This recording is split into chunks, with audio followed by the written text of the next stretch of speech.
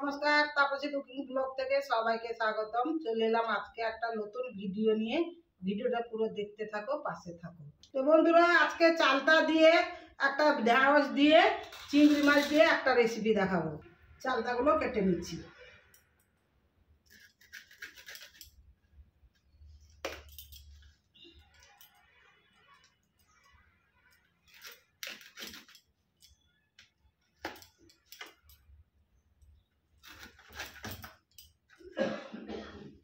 তো বন্ধুরা দেখো, চালতাগুলো সুন্দরভাবে আমি কেটে নিয়েছি। এইভাবে আমি ছাড়িয়ে নিব।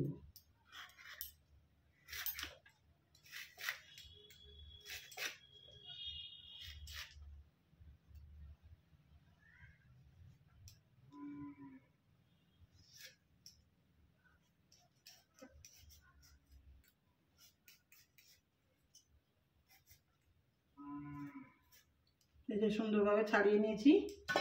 এটা একটা পাত্রে রেখে দেব। এর ভিতরে এটা না তুলে দিলে শক্ত লাগে।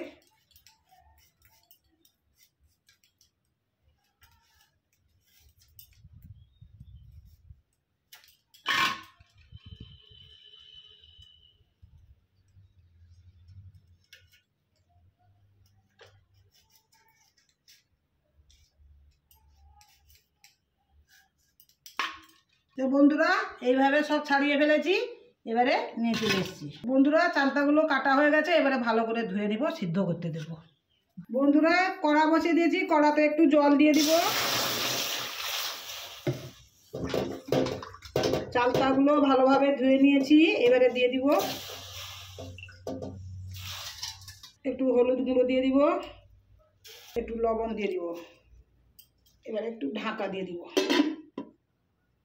বন্ধুরা, চালতাগুলো সিদ্ধ হয়েছে কিনা একটু দেখি। হ্যাঁ, সিদ্ধ হয়ে গেছে। এবারে আমি তুলে নিব।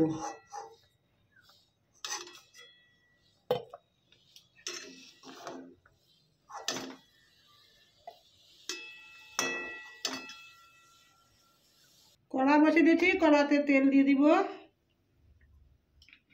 চিংড়ি মাছগুলো ভেজে নেব।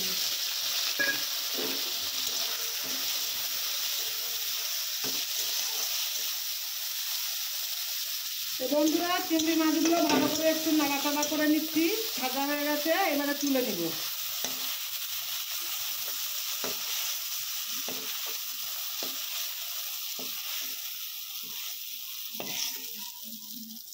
সেই কড়াতে আর একটু তেল দিয়ে দিব।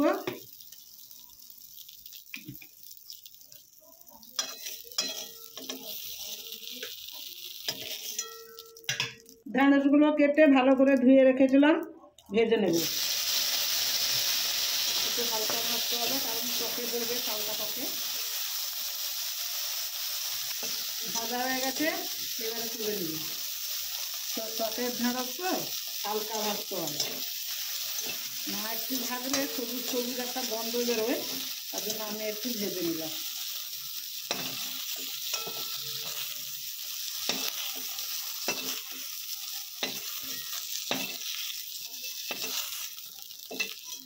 এই কড়াতে আর একটু তেল দিয়ে দিচ্ছি। তেল গরম হয়ে গেছে। এবারে শুকনো লঙ্কা দিয়ে দিচ্ছি।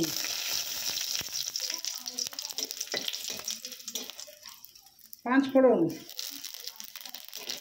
নাড়াচাড়া করি।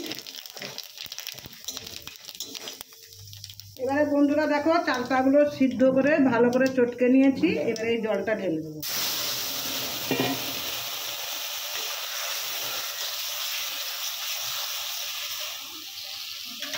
বন্ধুরা দেখো, সাদা কালো সরষা বেটে জল করে নিয়েছি, দিয়ে দিব।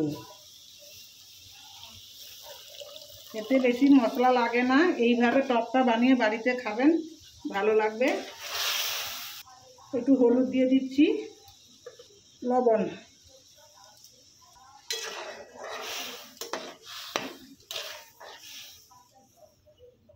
আর একটু জল দিয়ে দিচ্ছি।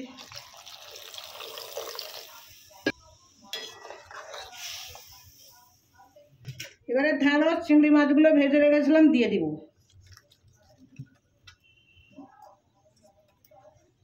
একটু ঢাকা দিয়ে দিব। তো বন্ধুরা, টকটা কত দূর হয়েছে একটু দেখি। হ্যাঁ, টকটা এবারে ভালোভাবে হয়ে গেছে, ঢ্যাঁড়সগুলোও সিদ্ধ হয়ে গেছে। তো বন্ধুরা অবশ্যই কাঁচা লঙ্কা দিয়ে মেখে খাবে, খুব সুন্দর রেসিপি এটা, ভালো লাগবে ভাতের সঙ্গে। তো তরকারিটা হয়ে গেছে, এবারে ঢেলে নিচ্ছি। ভিডিওটা যদি ভালো লাগে বন্ধুরা লাইক কমেন্ট শেয়ার করবে।